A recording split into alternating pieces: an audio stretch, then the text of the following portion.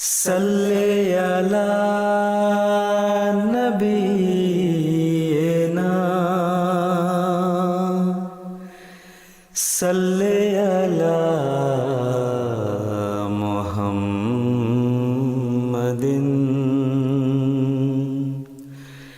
सल्ले अला नबीना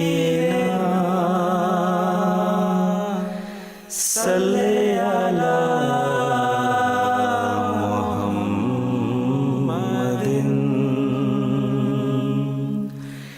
सल्ले अला हबीबिना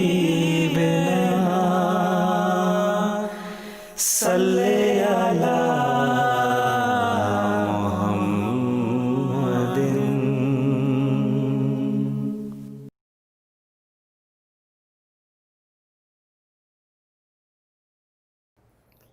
Asyhadu an la ilaha illallah wahdahu la syarikalah wa asyhadu anna Muhammadan abduhu wa rasuluh.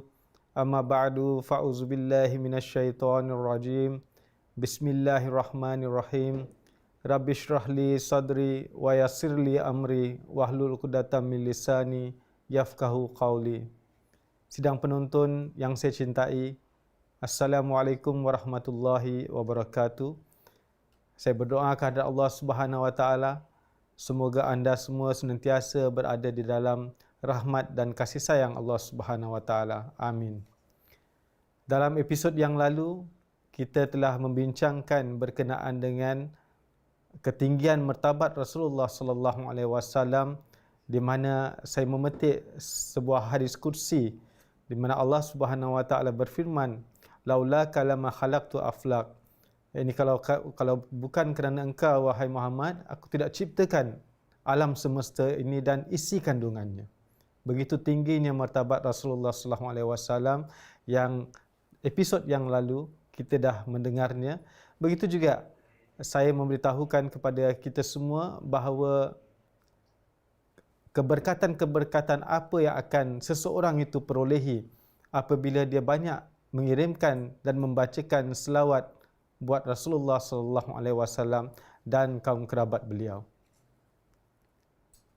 Sesungguhnya selawat ini merupakan perantara bagi terkabulnya doa-doa kita yang kita panjatkan di hadapan Allah Subhanahu Wa Taala. Oleh kerana itu, sedang penonton yang saya kasihi, apakah anda semua sudah mengirimkan selawat kepada Rasulullah sallallahu alaihi wasallam? Kalau belum, mari kita sama-sama berselawat untuk Nabi Muhammad sallallahu alaihi wasallam. Allahumma salli ala Muhammad wa ala ali Muhammad kama sallaita ala Ibrahim wa ala ali Ibrahim innaka Hamidun Majid. Allahumma barik ala Muhammad wa ala ali Muhammad kama barakta ala Ibrahim wa ala ali Ibrahim innaka Hamidun Majid. Hidup tanpa kita membaca selawat akan terputuslah keberkatan-keberkatannya. Begitu juga jalan kita pun akan tersekat di dunia maupun di akhirat. Oleh kerana itu, saya mengingatkan diri saya dan kita semua supaya kita banyak-banyaklah mengirimkan selawat dan salam buat junjungan besar kita Nabi Muhammad sallallahu alaihi wasallam. Sesungguhnya seperti mana sebelum ini pun saya katakan bahawa Allah Subhanahu Wa Taala ini menciptakan kita sebagai manusia dalam keadaan yang lemah. Banyak kekurangan-kekurangan yang ada di dalam diri kita. Kadang-kadang tiba masa kita merasa malas untuk mengirimkan dan membaca selawat untuk Rasulullah sallallahu alaihi wasallam. Tetapi tuan-tuan dan puan-puan sekalian, kita harus ingat bahawa martabat Rasulullah sallallahu alaihi wasallam, ketinggian Rasulullah sallallahu alaihi wasallam tidak akan berkurang kalau kita tidak membaca selawat dan salam untuk Rasulullah sallallahu alaihi wasallam. Kerana apa? Kerana Allah Subhanahu Wa Taala dan para malaikat sendiri mengirimkan salam dan selawat buat Rasulullah sallallahu alaihi wasallam. Oleh kerana itu, jangan kita menganggap bahawa kalau kita malas membaca, mengirimkan salam dan selawat buat Rasulullah SAW akan berkurang ketinggian martabat Rasulullah SAW. Tidak. Seperti mana saya katakan tadi, Allah Subhanahu Wa Taala dan para malaikat senantiasa mengirimkan salam dan selawat untuk Rasulullah sallallahu alaihi wasallam. Kenapa kita berselawat? Kerana supaya kita dihindarkan daripada bencana ataupun mara bahaya di akhirat nanti. Dan kenapa kita berselawat? Supaya doa-doa kita diterima oleh Allah Subhanahu Wa Taala. Kenapa kita berselawat? Kerana supaya kita nanti berada dekat dengan Rasulullah sallallahu alaihi wasallam, di mana Rasulullah SAW pun memberitahukan kepada kita bahawa orang-orang yang paling dekat dengan aku nanti di akhirat adalah mereka yang paling banyak mengirimkan salam dan selawat buat Rasulullah sallallahu alaihi wasallam. Beliau merupakan wujud pilihan Allah Subhanahu wa taala yang Allah Subhanahu wa taala pilih di antara makhluk-makhluknya. Banyak sekali makhluk-makhluk Allah Subhanahu wa taala, tetapi Allah Subhanahu wa taala memilih Muhammad sallallahu alaihi wasallam untuk memantulkan dan merefleksikan sifat-sifat Allah Subhanahu wa taala di dalam diri beliau sallallahu alaihi wasallam, dan dengan bimbingan nur Allah Subhanahu wa taala beliau telah menghidupkan contoh akhlak-akhlak yang sangat terpuji, uswah hasanah yang sangat cantik yang dihidupkan oleh Rasulullah sallallahu alaihi wasallam di dalam kehidupan beliau, yang mana mereka ataupun orang-orang yang mengikuti Rasulullah SAW menjadi terbimbing dan dapat diberikan tarbiyah oleh Rasulullah sallallahu alaihi wasallam dengan akhlak-akhlak yang diperlihatkan dan dipercontohkan oleh Rasulullah sallallahu alaihi wasallam, sehingga kan mereka-mereka ataupun para sahabat-sahabat Rasulullah sallallahu alaihi wasallam ini yang tadinya merupakan orang-orang yang tidak bertuhan, setelah menerima dan beriman kepada Rasulullah SAW dan menghidupkan akhlak-akhlak dan sifat-sifat terpuji di dalam diri mereka yang dipercontohkan oleh Rasulullah SAW, menjadikan mereka orang-orang yang bertuhan. Yang tadinya mereka menghabiskan masa mereka dengan perkara-perkara yang sia-sia, dengan beriman kepada Rasulullah SAW dan menghidupkan akhlak hasanah Rasulullah SAW di dalam kehidupan mereka, mereka menjadi orang-orang yang banyak menghabiskan masa mereka bersujud di hadapan Allah Subhanahu wa taala. Jadi sesungguhnya sahabat-sahabat Rasulullah SAW merupakan insan-insan terpilih juga oleh Allah Subhanahu wa taala untuk menghidupkan akhlak hasanah yang dipercontohkan dan yang diperlihatkan oleh Rasulullah sallallahu alaihi wasallam, sehingga kan Allah Subhanahu wa taala di dalam surah At-Taubah ayat yang ke-100 Allah Subhanahu wa taala menggambarkan kepada kita semua bagaimana Allah Subhanahu wa taala itu begitu redha kepada mereka, dan mereka yakni para sahabat-sahabat Rasulullah SAW pun redha kepada Allah Subhanahu wa taala, di mana Allah Subhanahu wa taala berfirman, was-sabiqunal awwaluna minal muhajirina wal ansari wallazina tabauhum bi ihsan radhiyallahu anhum wa radu anhu wa a'adda lahum jannatin tajri tahtahal anharu khalidina fiha abada zalikal fawzul azim. Jadi para penonton sekalian, di dalam ayat ini Allah Subhanahu wa taala seperti mana saya katakan tadi memberitahukan kepada kita, menggambarkan kepada kita semua bahawa sesungguhnya sahabat-sahabat Rasulullah sallallahu alaihi wasallam yang awalin, yang di antara muhajirin dan ansar merupakan orang-orang yang diredai oleh Allah Subhanahu wa taala dan mereka reda kepada Allah Subhanahu wa taala. Terjemahan penuh daripada ayat yang saya bacakan tadi, yakni dan mengenai orang-orang terdahulu yang pertama-tama beriman di antara kaum muhajirin dan ansar serta orang-orang yang mengikuti mereka dengan cara yang baik, Allah reda kepada mereka dan mereka pun reda kepadanya, dan Dia telah menyediakan bagi mereka kebun-kebun yang mengalir di bawahnya sungai-sungai. Mereka akan tinggal di dalamnya untuk selama-lamanya. Itulah kemenangan yang besar. At-Taubah ayat yang ke-100. Jadi tuan-tuan dan puan-puan sekalian, seperti mana saya katakan tadi, sahabat-sahabat Rasulullah sallallahu alaihi wasallam merupakan insan-insan terpilih yang mana Allah Subhanahu wa taala redha kepada mereka. Kemudian di dalam surah Al-Fatah, Allah Subhanahu wa taala menggambarkan lagi bagaimana sifat-sifat para sahabat-sahabat Rasulullah sallallahu alaihi wasallam, di mana Allah Subhanahu wa taala berfirman, Muhammadur Rasulullah wallazina ma'ahu asyiddahu 'alal kuffari ruhama'u bainahum tarahum ruk'an sujjadan yabtaguna fadlan minallahi wa ridwana simahum fi wujuhihim min atharis sujud zalika masaluhum fit Taurat wa masaluhum fil Injil kazar'in akhraja syat'ahu fa'azarahu fastaghlaza fastawa ala suqi yu'jibu zurra aliyaghiza bihumul kuffar wa'adallahu allazina amanu wa amilus solihati minhum maghfiratan wa ajran azima. Yang bermaksud Muhammad ialah Rasul Allah dan orang-orang besertanya sangat keras terhadap orang-orang kafir, tetapi berlaku kasih sayang di antara mereka. Engkau melihat mereka ruku, sujud dalam solat mencari kurnia dari Allah dan keredaannya. Ciri-ciri mereka terdapat pada wajah mereka dari bekas-bekas sujud. Demikianlah perumpamaan mereka di dalam Taurat. Dan perumpamaan mereka di dalam Injil pula ialah seperti tanaman yang mengeluarkan tunasnya, lalu menjadi kuat, kemudian menjadi kukuh dan berdiri tegak pada batangnya, sehingga mengkagumkan orang-orang yang menanamnya. Yang dengan perantaraan itu menjadikan orang-orang kafir merana dengan perasaan marah dan dengki.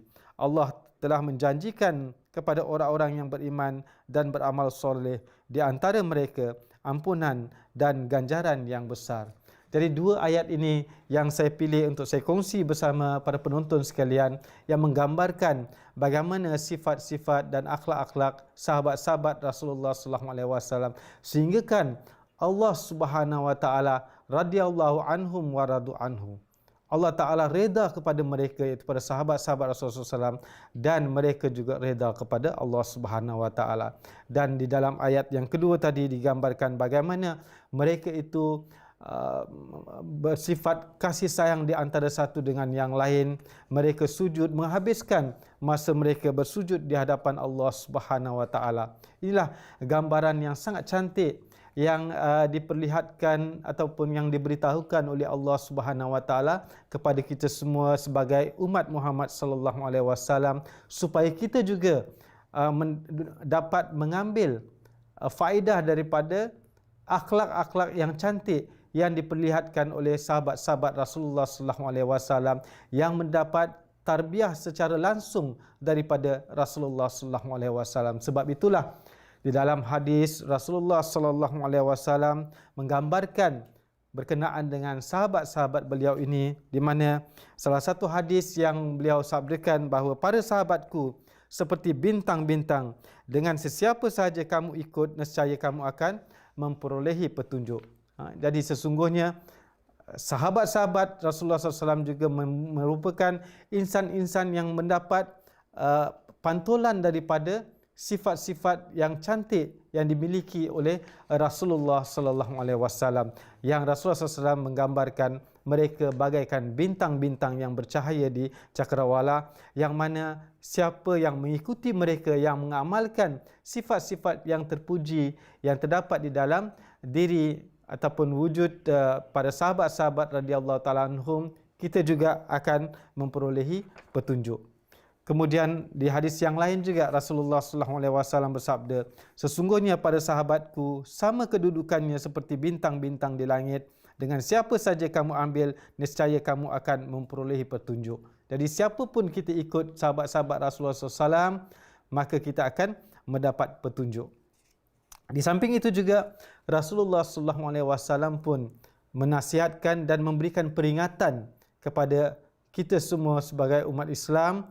Jangan sekali-kali kita membenci ataupun memusuhi sahabat-sahabat Rasulullah SAW. Seperti mana kita melihat di zaman sekarang ini pun ada beberapa kelompok Islam yang tidak mahu menerima sahabat-sahabat Rasulullah SAW. Jadi Rasulullah SAW memberikan nasihat kepada kita semua supaya kita jangan membenci dan memusuhi sahabat-sahabat Rasulullah SAW. Hadis yang diriwayatkan oleh Abu Sa'id Al-Khudri, saya bacakan terjemahannya saja, di mana Rasulullah SAW bersabda, janganlah kamu menghina sahabatku. Sekiranya salah seorang daripada kamu menginfakkan ataupun membelanjakan emas sebesar bukit Uhud, tidak akan menyamai satu cupak pahala seorang pun daripada mereka, yakni daripada sahabat-sahabat beliau, dan tidak juga separuh daripadanya. Jadi ini satu peringatan bagi mereka yang menghina sahabat-sahabat Rasulullah sallallahu alaihi wasallam. Sesungguhnya sahabat-sahabat Rasulullah SAW adalah merupakan insan-insan terpilih yang seharusnya menjadi kewajipan kita semua untuk mendoakan kesemua pada sahabat-sahabat Rasulullah sallallahu alaihi wasallam dan kita memberikan satu penghormatan kepada mereka yang telah banyak berjuang demi mempertahankan Islam, demi mempertahankan Rasulullah SAW, demi mempertahankan ketauhidan Allah Subhanahu wa taala di zaman Islam ataupun di zaman permulaan Islam.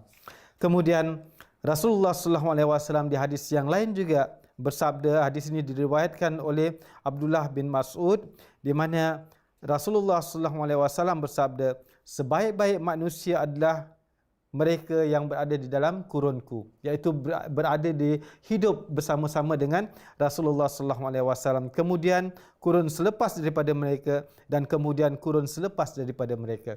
Jadi di dalam hadis ini pun memberitahukan kepada kita semua bahawa sahabat-sahabat yang hidup dalam kurun beliau, kurun Rasulullah sallallahu alaihi wasallam merupakan manusia-manusia yang terbaik. Radhiyallahu anhum wa radu anhu. Inilah gelaran yang diberikan oleh Allah Subhanahu wa taala kepada para sahabat-sahabat Rasulullah sallallahu alaihi wasallam. Kemudian Hazrat Masih Maud alaihissalatu wassalam pun memberikan peringatan kepada kita semua, memberikan nasihat kepada kita semua berkenaan dengan sahabat-sahabat Rasulullah sallallahu alaihi wasallam ini.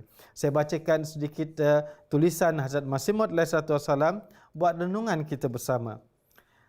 Beliau bersabda, dengan meninggalkan Al-Quran, seseorang itu tidak mungkin dapat mencapai kejayaan dan sesuatu yang mustahil. Mencapai keberhasilan dengan cara demikian hanyalah satu khayalan yang mana orang-orang ini dambakan. Letakkanlah contoh-contoh pada sahabat di hadapan kamu semua sebagai pedoman. Jadi di sini pun Hazrat Masih Maud alaihissalatu wassalam menasihatkan kepada kita semua bahawa kita haruslah meletakkan contoh-contoh pada sahabat-sahabat Rasulullah sallallahu alaihi wasallam di hadapan kita sebagai pedoman kita, sebagai bagaimana kita boleh menjalani kehidupan kita dengan cara yang terbaik, seperti mana sahabat-sahabat Rasulullah sallallahu alaihi wasallam menjalani kehidupan mereka dengan pelajaran-pelajaran suci yang disampaikan oleh Rasulullah sallallahu alaihi wasallam. Kita juga boleh mendapat keredaan Allah Subhanahu wa taala apabila kita meletakkan contoh-contoh pada sahabat-sahabat radhiyallahu taala anhum ini di depan kita dan kita menjalani kehidupan kita sesuai dengan contoh-contoh yang diperlihatkan oleh pada sahabat-sahabat radhiyallahu taala anhum. Lebih lanjut beliau bersabda, lihatlah ketika mereka, yakni para sahabat-sahabat Rasulullah SAW, mentaati Rasulullah SAW dan mendahulukan agama di atas segala urusan duniawi, segala yang Allah janjikan kepada mereka telah mereka perolehi ataupun telah terpenuhi, telah mereka dapatkan dan telah mereka hasilkan. Jadi kalau kita juga mahu mendapat keberhasilan di dalam kehidupan kita, maka seperti mana sahabat-sahabat Rasulullah sallallahu alaihi wasallam mentaati Rasulullah sallallahu alaihi wasallam dan mendahulukan agama di atas segala urusan-urusan dunia, kita juga apabila kita melaksanakan seperti mana yang dilaksanakan oleh sahabat-sahabat Rasulullah SAW, kita pun akan mendapatkan apa yang dijanjikan oleh Allah Subhanahu wa taala. Lebih lanjut beliau bersabda, memang benar di zaman permulaan para penentang biasa mempersendakan bahawa mereka, yakni orang-orang Islam ataupun sahabat-sahabat Rasulullah SAW itu tidak dapat keluar dengan aman dan bebas dan mendakwakan merekalah yang memiliki pemerintahan. Tetapi disebabkan fana di dalam keitaatan kepada Rasulullah sallallahu alaihi wasallam, mereka yakni pada sahabat-sahabat Rasulullah SAW telah memperolehi sesuatu yang tidak pernah mereka kecapi berabad-abad lamanya. Mereka sangat mencintai Al-Quran dan Rasulullah SAW serta berusaha siang dan malam untuk mengikuti dan mentaati kedua-duanya. Mereka tidak mengikuti orang-orang yang disebut kafir itu sehingga dalam mengamalkan adat resam sekalipun, yakni setelah mereka, iaitu para sahabat-sahabat beriman, mereka meninggalkan segala perbuatan-perbuatan buruk di zaman kekafiran mereka dan mula mengamalkan ajaran Islam dengan hati yang tulus ikhlas. Selama mana Islam dalam keadaan demikian, selama itu Islam berada di tahap yang paling puncak. Jadi kita melihat bagaimana para sahabat-sahabat radhiyallahu ta'ala anhum itu begitu mentaati Rasulullah SAW dan mentaati ajaran-ajaran Al-Quran, maka kita melihat Islam berada di puncak. Tetapi apabila umat Islam telah melupakan Al-Quran, telah tidak taat kepada Rasulullah SAW, kita dapat melihat bagaimana keadaan Islam ataupun bagaimana keadaan orang-orang yang menggelarkan dan menamakan diri mereka sebagai Islam, tetapi perlakuan mereka, akhlak mereka jauh daripada pelajaran-pelajaran suci Rasulullah SAW. Begitu juga jauh daripada pelajaran-pelajaran suci Al-Quran yang pernah satu masa dulu dihidupkan oleh sahabat-sahabat radhiyallahu ta'ala anhum. Akhirnya kita melihat bagaimana orang-orang yang menggelarkan diri mereka sebagai Islam dipandang hina di zaman sekarang ini. Semoga Allah Subhanahu wa taala senantiasa memelihara kita semua dan memberikan keimanan yang hakiki di dalam diri kita seperti mana keimanan yang dimiliki oleh para sahabat-sahabat radhiyallahu ta'ala anhum, sehinggakan mereka menjadi orang-orang yang diredai oleh Allah Subhanahu wa taala, sehinggakan mereka menjadi insan-insan ataupun wujud-wujud seperti bintang yang gemerlapan di cakrawala. Dan untuk itu tuan-tuan dan puan-puan sekalian, para penonton yang saya kasihi, pada hari ini sesuai dengan tajuk yang kita pilih adalah berkenaan dengan sahabat-sahabat Rasulullah SAW. Hari ini saya memilih salah seorang sahabat Rasulullah SAW yang bernama Muaz bin Jabal. Hazrat Muaz bin Jabal mempunyai keistimewaan yang sangat khusus di sisi Rasulullah SAW. Walaupun pada sahabat-sahabat yang lain pun memiliki keistimewaan yang sangat khusus dengan Rasulullah SAW, di sisi Rasulullah SAW, tetapi Hazrat Muaz, saya pilih Hazrat Muaz bin Jabal ini kerana ada nasihat-nasihat yang perlu saya kongsikan bersama para penonton sekalian, yang mana Rasulullah SAW memberikan nasihat secara langsung kepada Hazrat Muaz bin Jabal. InsyaAllah dalam ke depan nanti saya akan bacakan nasihat-nasihat yang disampaikan oleh Rasulullah SAW kepada Hazrat Muaz bin Jabal, yang insya-Allah saya akan kongsi bersama para penonton sekalian. Rasulullah SAW dalam salah satu hadis bersabda bahawa di dalam umatku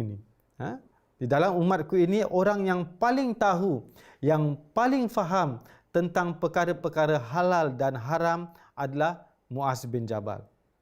Jadi Hazrat Muaz bin Jabal ni beliau begitu faham sekali berkenaan dengan ilmu fiqh. Beliau tahu berkenaan dengan halal dan haram hasil daripada tarbiyat dan pelajaran-pelajaran yang beliau belajar daripada Rasulullah SAW, sehingga kan Rasulullah SAW mengatakan kepada sahabat-sahabat yang lain bahawa di dalam umatku ini orang yang paling faham berkenaan dengan perkara-perkara halal dan haram adalah Muaz bin Jabal.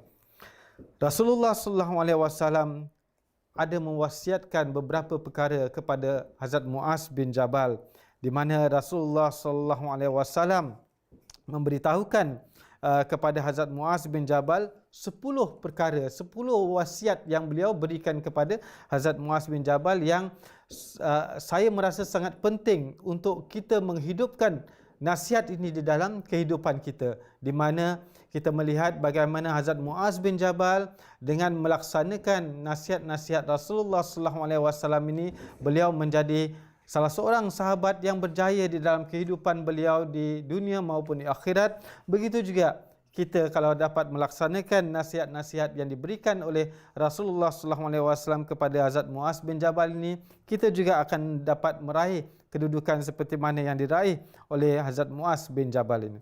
Apa nasihat Rasulullah SAW kepada beliau, Hazrat Muaz bin Jabal itu? Yang pertama sekali Rasulullah SAW memberitahukan kepada Hazrat Muaz bin Jabal bahawa jangan menyekutukan Allah dengan siapapun, dengan apapun, walaupun kamu dibunuh atau dibakar. Dan ini merupakan ajaran yang sangat asas bagi semua utusan-utusan Allah Subhanahu wa taala yang diutus oleh Allah Subhanahu wa taala ke dunia ini. Apa pelajaran yang asas iaitu ketauhidan Allah Subhanahu wa taala. Inilah yang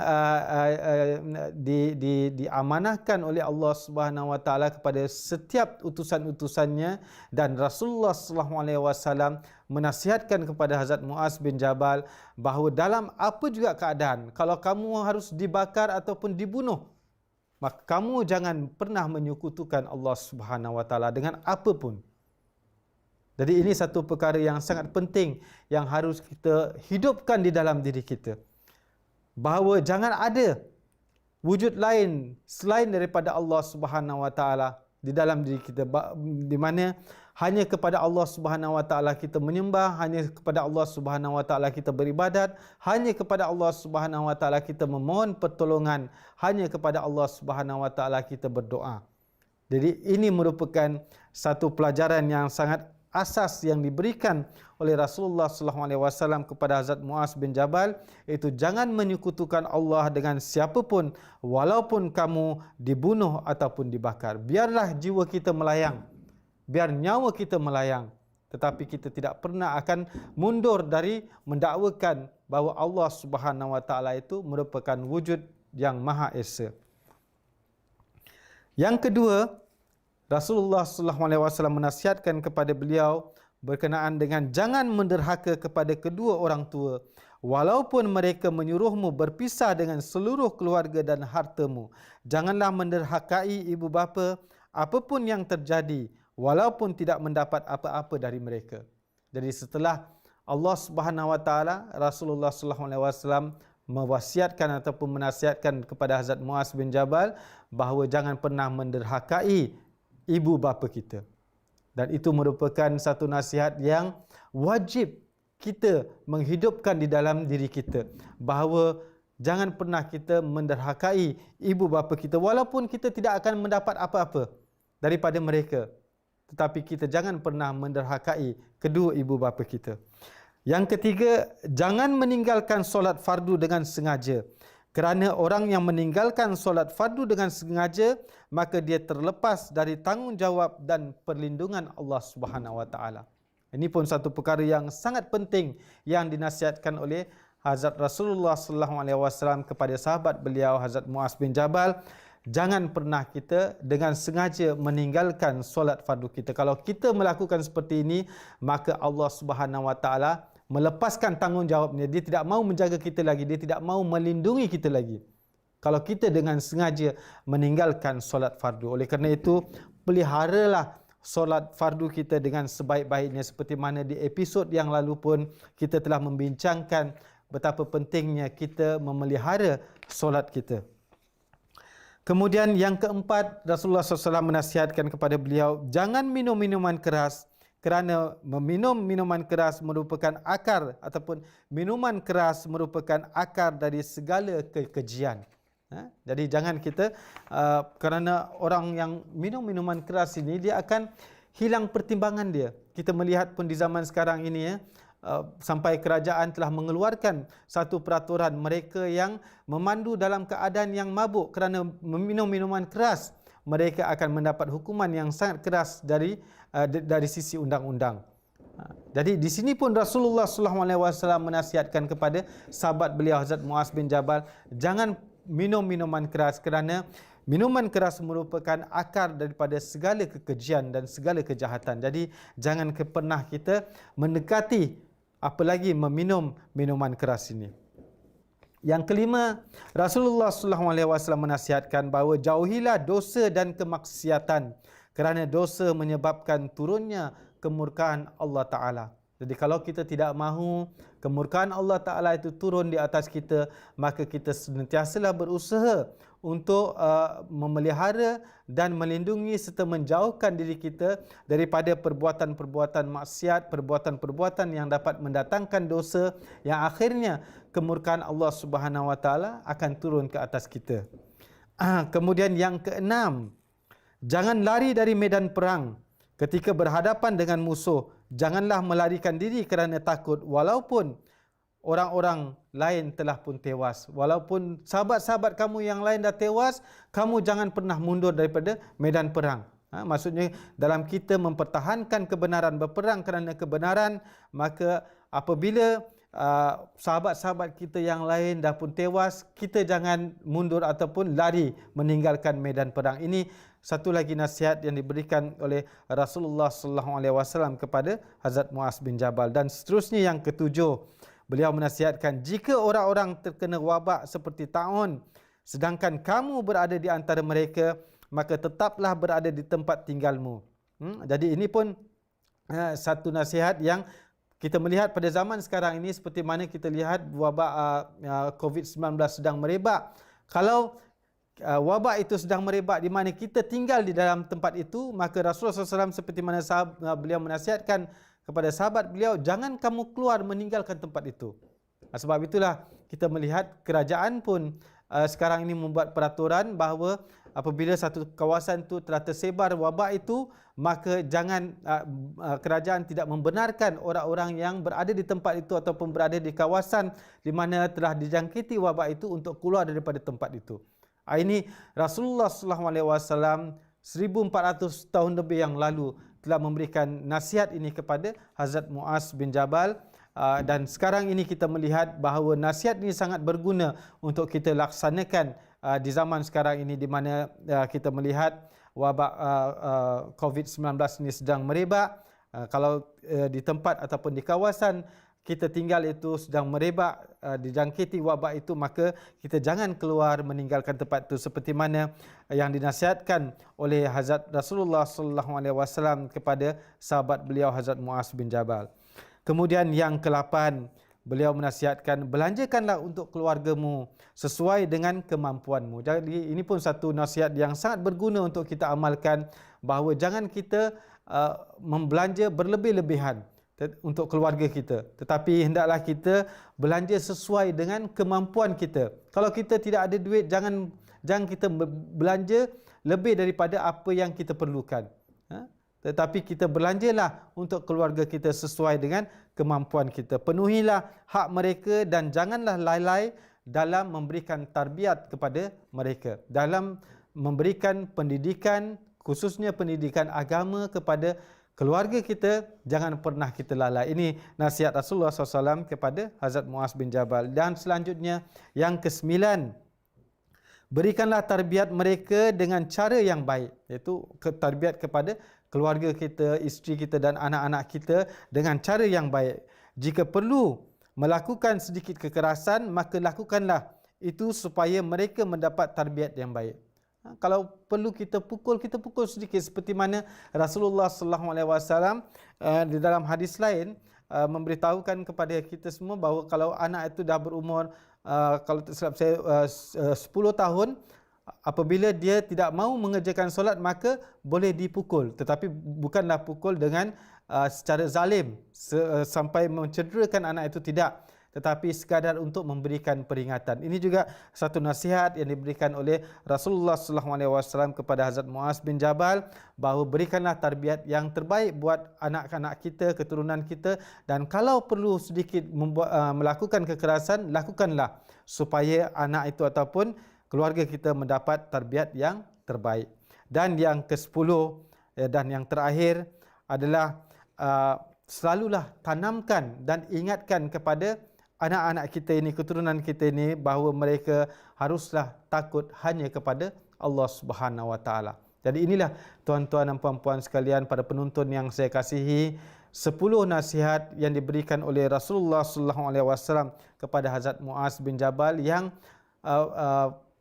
perlu kita hidupkan di dalam kehidupan kita, perlu kita laksanakan di dalam kehidupan kita ini. Maka insya-Allah kita akan mendapat kejayaan seperti mana berjayanya sahabat-sahabat Rasulullah SAW di dalam kehidupan mereka.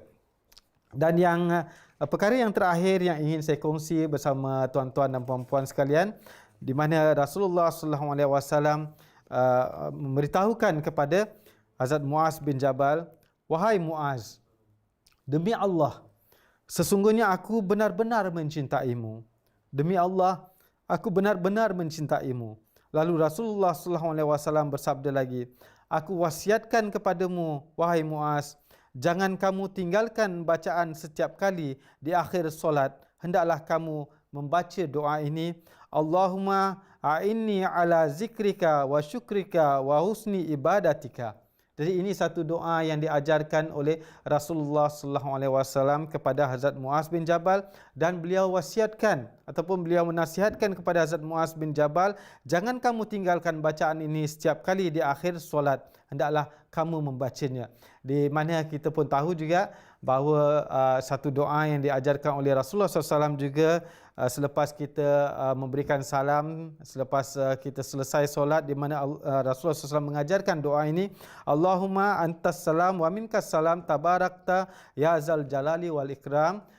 Di samping itu kita juga dituntut untuk membaca doa yang diajarkan oleh Rasulullah SAW kepada Hazrat Muaz bin Jabal, iaitu Allahumma inni ala zikrika wa syukrika wa husni ibadatika. Ini satu doa yang perlu kita baca, yang bermaksud, ya Allah, bantulah aku untuk mengingatmu, bersyukur kepadamu dan beribadah dengan baik kepadamu. Jadi ini doa yang diajarkan oleh Rasulullah SAW kepada Hazrat Muaz bin Jabal, yang mana kita perlu membacanya setelah kita menyelesaikan melaksanakan solat-solat kita. Jadi inilah tuan-tuan dan puan-puan, para penonton yang saya kasihi sekalian, sebenarnya banyak lagi nasihat-nasihat Rasulullah SAW kepada sahabat-sahabat beliau yang lain, tetapi pada hari ini saya memilih salah seorang sahabat Rasulullah SAW, iaitu Hazrat Muaz bin Jabal, dan saya dah kongsi bersama tuan-tuan dan puan-puan sekalian nasihat-nasihat ataupun peringatan-peringatan yang diberikan oleh Rasulullah SAW kepada Hazrat Muaz bin Jabal, yang mana nasihat-nasihat itu sangat penting untuk kita menghidupkannya dan untuk kita mengamalkannya di dalam kehidupan kita pada hari ini. Semoga dengan kita mengamalkan nasihat-nasihat Rasulullah SAW ini akan memberikan kejayaan kepada kita semua, sehinggakan kita juga dapat meraih kasih sayang dan kecintaan Allah Subhanahu Wa Taala, seperti mana para sahabat-sahabat Rasulullah SAW telah meraih kasih sayang dan kecintaan Allah Subhanahu Wa Taala. Semoga Allah Subhanahu Wa Taala menjadikan demikian untuk kita semua. Allahumma salli ala Muhammad wa ala ali Muhammad kama sallaita ala Ibrahim wa ala ali Ibrahim innaka Hamidun Majid.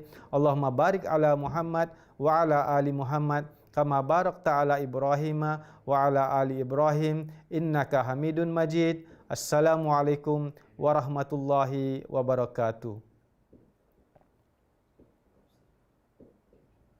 Salli ala nabiyyina,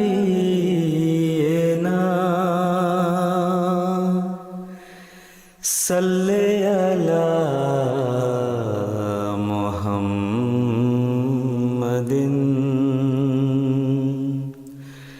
salli ala nabiyyina, salli ala Muhammadin,